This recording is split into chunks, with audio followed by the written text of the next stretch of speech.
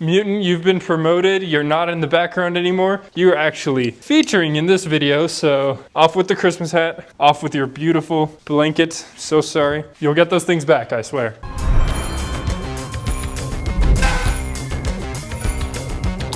Upside Hans. Fun fact, that elf hat was given to me while I was doing the Distortions factory tour. And so it's very fitting that I, keep the hat with Mutant for Christmas. Anyways, let's get this guy all posed up. Move right on over. Oh yeah, here are our favorite two little boys. Two little scary men. They're going to duke it out. It's another boxing match. Check it out. So I'm just adjusting. All right, everybody. On the left of the ring, we have Mutant Legend, a classic and a one of the best sellers, I would assume, from Distortions, because I've seen so many of this guy. He's like one of the most common Distortions items to see now because he became a kind of instant iconic character from Distortions. And then this one is kind of Mutant 2.0 because he did a similar thing in the animatronic version to Mutant's animatronic version. He uses the exact same leg molds, just repainted, and they added fur. And obviously, he is just very mutant-esque in his expression. It's kind of one-to-one. I mean, look at them. Difference is, this one is a mutant, a kind of vague creature, and this one's a werewolf. Everybody knows them. One of the big differences is that Mutant is $594, and this one is $689. So that's like a $90-something difference. It's almost $100 price difference. This one is much more expensive. And I have a theory. I think that's because of all the hair on him, because they are about the same size. Like, Mutant, character-wise, is taller to the head. Scarewolf is just built in such a way where his arms are supposed to be up, so that makes him a much more huge and imposing character. But what I like about Mutant here is that he actually meets my eye level, whereas he's below. He's not really looking at me. I would have to be shorter for him to be looking at me. And I'm a fan of bigger is better. I enjoy that Mutant is slightly taller and actually looking at me eye to eye. But when it comes to the details of the eyes, I really like Scarewolf's pupils a lot more. I think it's just really cool. If you look closely, it is just so detailed. Mutant's got them green eyes, big old green eyes,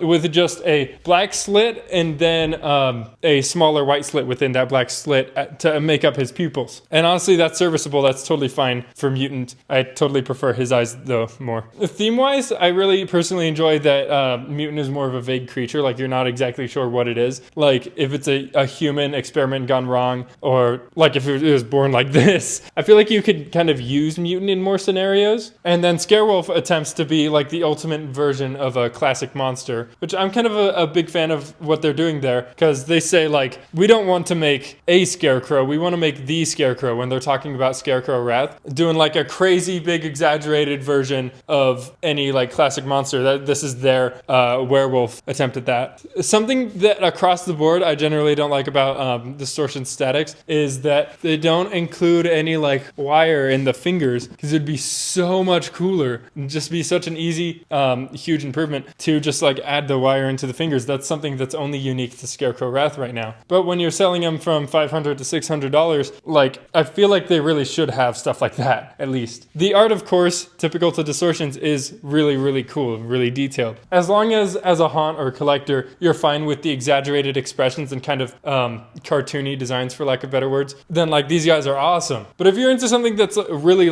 grounded and not exaggerated and just kind of eerie, that's not exactly Distortion style. They like going big on everything. They kind of want to make the main character for any scenario. They don't really fit into a background or anything. Although this pose is really cool and really big and intimidating, because his arms are up in the air and he's kind of performing an action, and it's much more obvious that he's frozen there and that he's a prop that doesn't move. With Mutant and the arms down, he's not as obviously a static prop, because he could just be standing there like this. I've known some people who just kind of watch it and wait for it to start moving. And I think with this one and its arms being up, everyone's going to kind of get the idea that this is just a prop that's going to stay in this position. You can pose it down. The arms, of course, are both posable, but because he's built with the intention of having his arms up, he's got this huge pie wedge in his shoulder. Since this is foam-filled latex, it's it's somewhat rigid. You can't really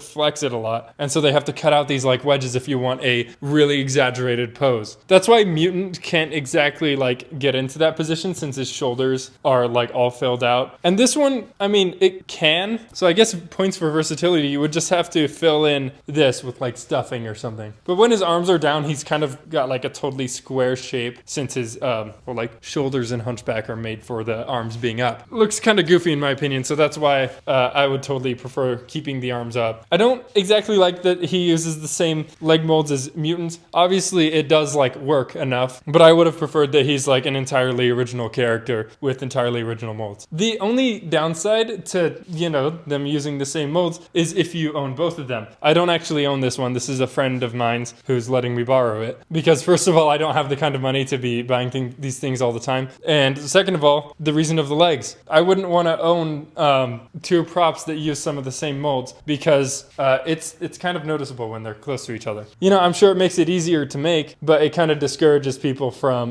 buying both of those characters. But obviously, from the waist up, they're entirely unique characters and really, really cool looking. I'm actually going to swap their bodies and see what that looks like because all Distortion Statics use the same sort of build. So, you know, if you own a bunch of them, congratulations. First of all, you are completely out of money. Might have had to sell a house to buy all those Distortion Statics, but at least you're able to mix and match them as a fun little game. It's like Legos. Here, check it out. Mutant's got the jeans on. Oh, yeah. Let me move him further away. Here, now you can see his full body. Check it out, it's Mutant, but he's got gray legs and some jeans. Let's pull these things up, pull these bad boys up. He's trying on a new style, nice. What do you think of that? Now let's get Scarewolf onto Mutant's legs. There we go, nice. Oh, check these babies out.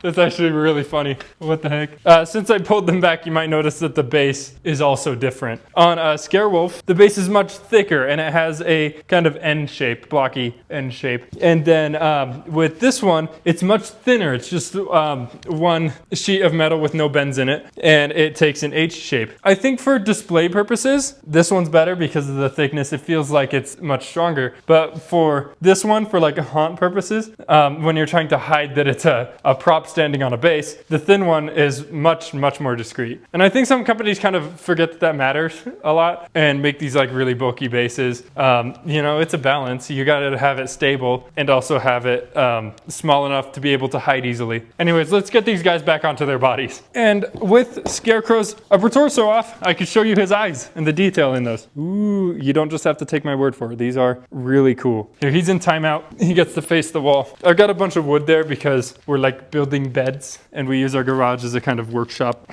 I think personally, even though objectively Scarewolf does have more detail, he is a bigger character since he's made to have the arms up. But with everything I've said having been said, I do prefer Mutant. I don't know if it's like total Mutant bias. He is more common than Scarewolf, much more common, which is a downside if you're trying to, you know, have original characters for a haunt. But I don't really take that as an issue for me because I don't really do a professional haunt. I just enjoy Mutant as a character and creature more. And also he's almost $100 cheaper. So there's also that plus in case you were wondering which one you should buy and you just have hundreds of dollars laying around. I would recommend Mutant, but you know, take all that I've said and mix it with your opinion and choose based on what kind of things you like. You know, don't let me tell you what you should and shouldn't buy because, you know, generally these two are very similar. That's why they're being compared. If it was night and day, I'd be like, obviously buy this one, but you know. Anyways, that is all from me. I hope that you enjoyed this kind of comparison video. I thought that it would be cool to compare these two very similar distortions and limited props. I'm so glad that I have access to these types of things. And I'm so glad to be back making videos like this. And I shall see you in the next video. Bye!